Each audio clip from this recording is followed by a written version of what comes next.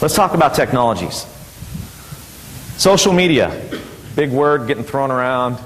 Basically what social media is anywhere on the web that you are connecting with other people in a capacity that is more than just me emailing you.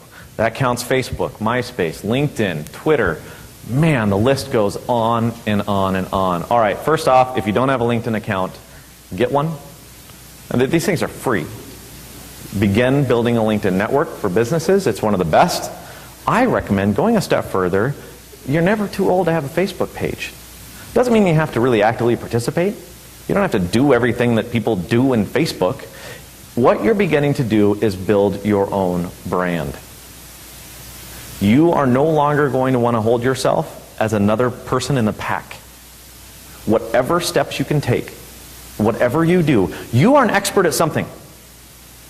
Probably several things. Derek talked about passions. Find your passion and then make that what your web presence is about. As long as you keep it appropriate to where if an employer stumbled on it, they wouldn't be like, oh my gosh, I'm not hiring that person. Find something that you're interested in. Find a skill that you know about. Twitter, for those of you that don't know what Twitter is, I'm just going to give you a quick rundown. Twitter is basically my way to broadcast my message. That's it. I get 140 characters to tell the world what I think.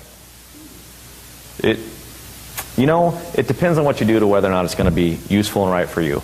Do a little bit of research. Patrick and I had the fortune to hang out with Brian Tracy a couple months ago. And Brian Tracy was sitting there, we're like, Brian, man, he sold over 46 million copies of your book. What do you do? You're an animal. How do you get to that point? I want to be there. I want to be to that point. How do I do that? He said it breaks down to this. Your E versus E quotient. Your entertainment versus your educational quotient. How much time of your day are you spending on entertainment? How much time of your day are you spending on education? And education doesn't necessarily mean textbooks. It means learning about what is going on in the world today. What is happening? What are the social media sites? What do they do? At least be aware. What happens if you run into an interview situation where you're interviewing with a recruiter that's 24 years old? And they throw out something like, oh, I tweeted the other day, and you look at them like, what? They're going to be like, oh, this person's disconnected. Some companies, their first line of interviewing is someone that young. It's because they get a bazillion applicants. Doesn't mean you don't want to work for the company. Doesn't mean the next interview down the road isn't going to be the one that nails you the job with the senior person, this or that.